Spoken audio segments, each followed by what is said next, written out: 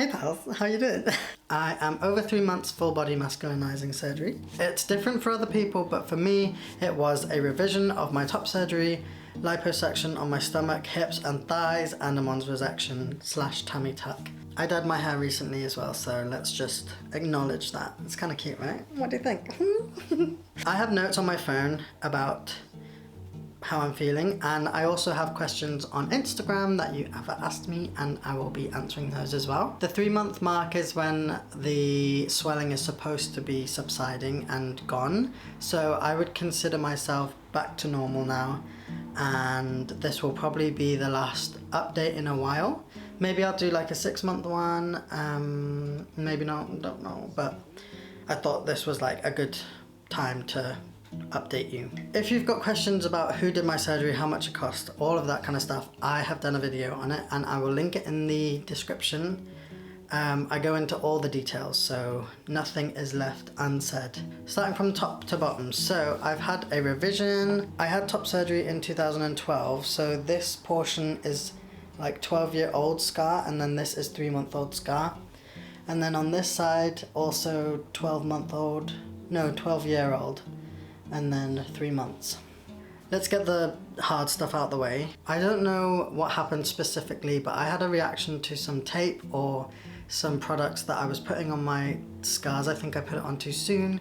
My stitches got rejected. My body just had a reaction to my scars and the stuff I was using, and they stretched, and that happened. On this side, you can see that there's a circle. That was where the stitch got rejected, but it didn't go further than that. And then there's a little bit of stretching over here, but not too much. And then this portion is okay. And then on this side, it just, I don't know what happened. It just stretched out entirely. This is where the rejected stitch happened again. It's weird that it was in the same place for both places. I don't really know how to describe it, but it's like 3 separate stretch areas. So there's like a line underneath the scar and then a line on top. And then these new stretch marks that have come, which is fine.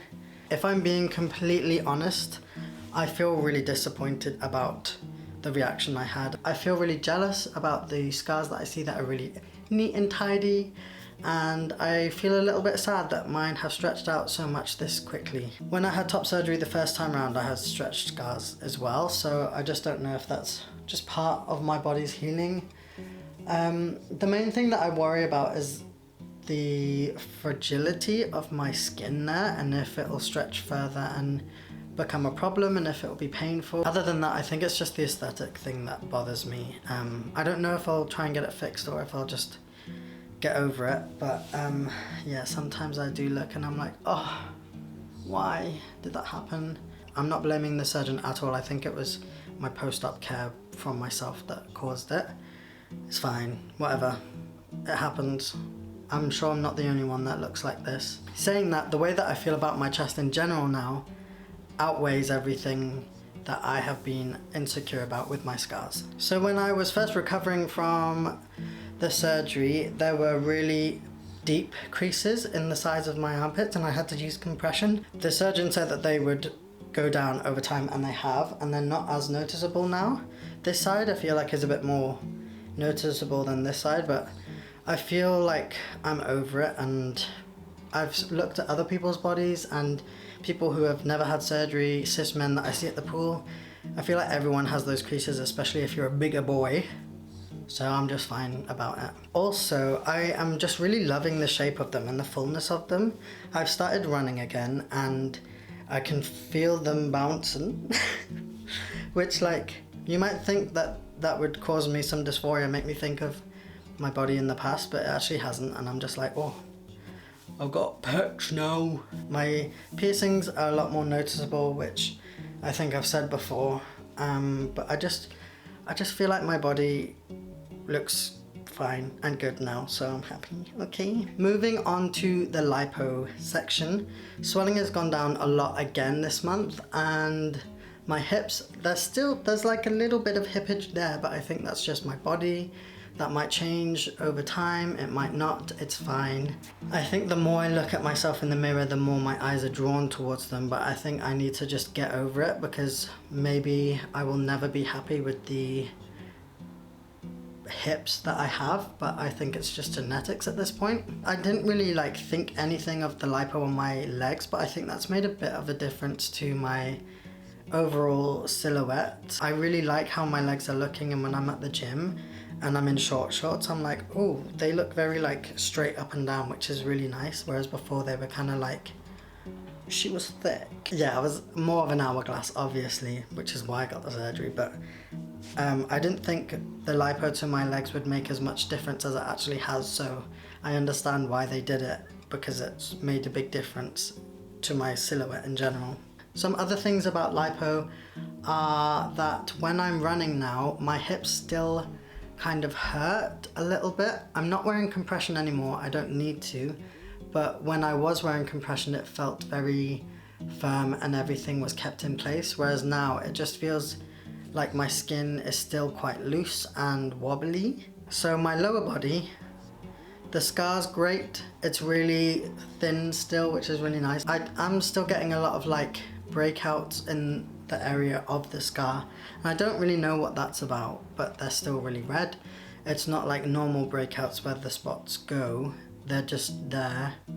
So I'm not sure if that's like stitches or what, I don't know, but it's fine. No one's really looking there, apart from a few people. My results may or may not have been seen on my Instagram through a drawing. I cannot confirm or deny that that was me, but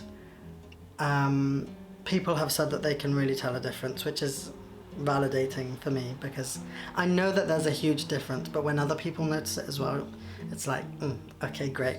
Because the T-dick is changed position, it's a little more sensitive now, so whereas before it was hidden and it was padded out a bit and had some protection, now it's not so much, and fabric and stuff can feel a little bit like unusual for me, so it can be a bit sensitive, but I think I'm getting used to it, and it's also nice to be like, it's a little reminder that things have changed down there, and that's really nice. I love the way that I look now, and I wish I could show it off more, but I can't really send my nudes out to everyone. Overall, I am way more confident in tighter clothes. I've noticed this. I feel like my body feels very like firm. It's big and chunky, but it feels firm, you know, and I keep describing my body as like Moto Moto from Madagascar.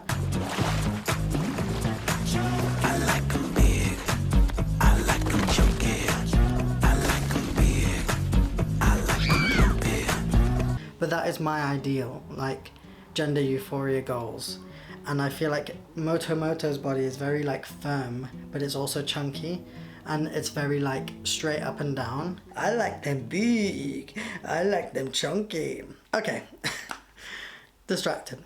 Let's go to the questions on Instagram. Okay, first question is a bit of a personal question, but for those of us who enjoy bottoming, does a mons resection make things tighter? I don't know how to explain this. I don't think it's the hole itself that gets tighter, but the area itself becomes more taut, so the sensations might be a bit different. And I think the sensations come from everything else being exposed a bit more and tighter. Obviously the positioning of the T-dick changes, so it might receive a bit more friction. I wouldn't say it's made things tighter, but I think the sensation is different, and I'm not complaining. I hope that helps. I know that's not very specific or scientific. Next question is, how long until you can do physical activity again? My job is physically demanding, so I'd like to know how long I'd have to be out of work. I have a not physically demanding job. I sit at a computer all day, every day, but I took a month off, and I don't think I could have gone back sooner. They usually say 6 weeks for typical surgeries to go back to physical activity, but I would ask the specific surgeon. I waited 6 weeks to go back to the gym, but even then I just did like bicep curls and walking up and down the pool. It wasn't that physical. I need to get the dog ears and lipo done myself, but I'm worried about stopping medical marijuana. Don't know why I said it like that. I think smoking impacts your blood, which is why they ask you to stop before surgery. I'm not sure about weed and edibles though, so that might be different. I would talk to your doctor though.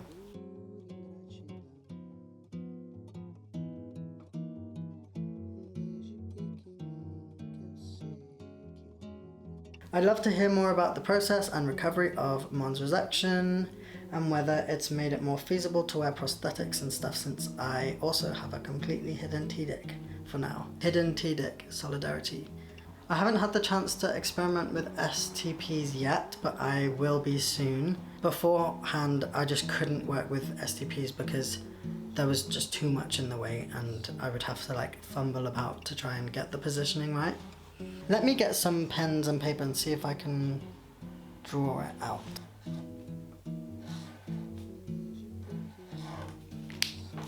Okay, here's my very technical drawings. This is just a very basic representation of lots of different types of anatomy, right? So there's the T-dick, the outer labia, and then the inner labia. And some people have just the outer covering everything, right? In my experience and opinion, which is not scientific or professional in any way, using a prosthetic when your anatomy looks like this is very difficult because everything is hidden. So when there's stuff in the way of your urethra, the pee stream is not very straight or streamlined. When it is uncovered in these three diagrams, then it's easier to identify where the stream is coming from and where it's going to go. If this is before surgery, any of these could be after surgery depending on your anatomy. If your urethra is just underneath here, then it might be easier to identify, and then you can use STPs a bit easier and you don't have to like open things up and move things around as much. This might be a more accurate diagram of the before and after a mons resection. So because things become more visible like here, then you have more control over what goes where and you don't have to spend as much time manipulating your body to try and get specific things in different areas of the prosthetic that you're using. Does that make sense? I hope so.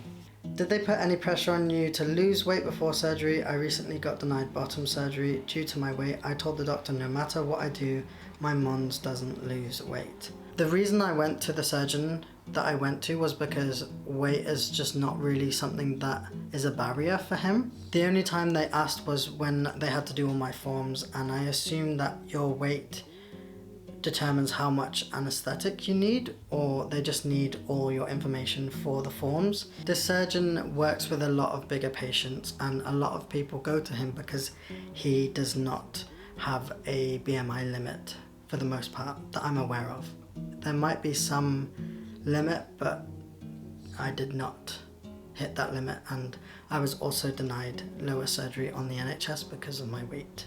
The limit does not exist. The limit does not exist. Our new state champions, the North Shore Mathletes. Next question. I'm so freaked out by top surgery and the recovery and pain. How are you caring for yourself mentally along with the physical recuperation? I don't know if this is specifically a question about top surgery or the pain in relation to top surgery, but maybe I'll answer both. There's only so much preparation you can do for top surgery or any surgery really. You don't know how painful it's going to be until you get there. You don't know how your body's going to react. You don't know how you're going to feel mentally until you're there. But just knowing that it's going to be difficult and doing everything you can to make things as comfortable as possible for yourself is the only thing you can do to prepare. So I had a really close friend come with me to look after me. I was aware of how I'd responded in previous surgeries. I usually feel really vulnerable. I usually cry after surgeries. I usually feel very nervous and fragile. So I told my friend this and we just made sure that they would be there.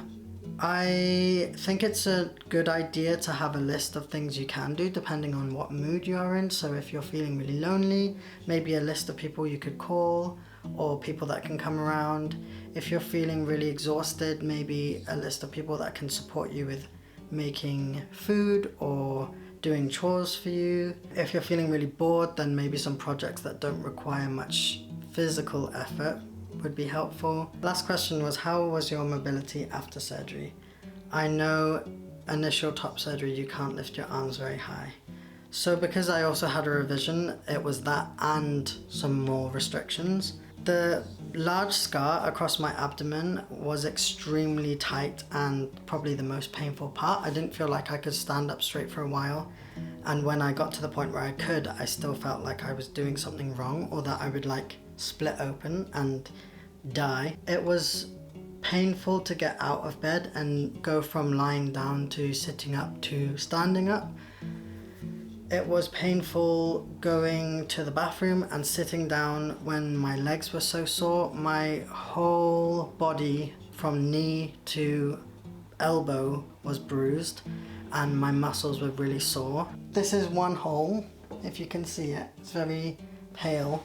But they have like entry holes and then they have a big needle. I think the needle might have water shooting out of it or vibrates and sucks. I think it sucks things up. But basically they go into an entrance hole and then like vigorously do that to break up all the fat and suck it out. So you are extremely bruised, your muscles are really sore, everything hurts, and even though I was on really high pain medication, this was the most pain that I had felt ever, and it was really painful for about 10 days. It was tough and I felt really sore and stiff and uncomfortable. I was able to walk around a bit, and every day after surgery I tried to walk for about 10 minutes around the flat. I think it was about 8 days after surgery we got an Uber to the follow-up place where they took some of my stitches out. I managed to get the train back, but that was really uncomfortable and I felt really vulnerable then. But 3 months on, I am running 3 times a week, I'm swimming 3 times a week, I'm walking every day, I'm able to get out of bed, no problem. I'm standing up straight without feeling really tight on my scars. I'm just super happy with how everything is going. I'm so confident, I feel so at peace with everything. I'm excited for the future and I'm just like loving life. I also just want to take a moment to thank my patrons so much. I recently did a free trial where you could sign up and get some perks for a whole week, and so many of you joined and it's made such a difference to my Patreon and my work in general. If you're not familiar with Patreon, it's basically a membership where you get extra content, and there is so much content on there already from the last 5 years that you probably will not be able to take it all in.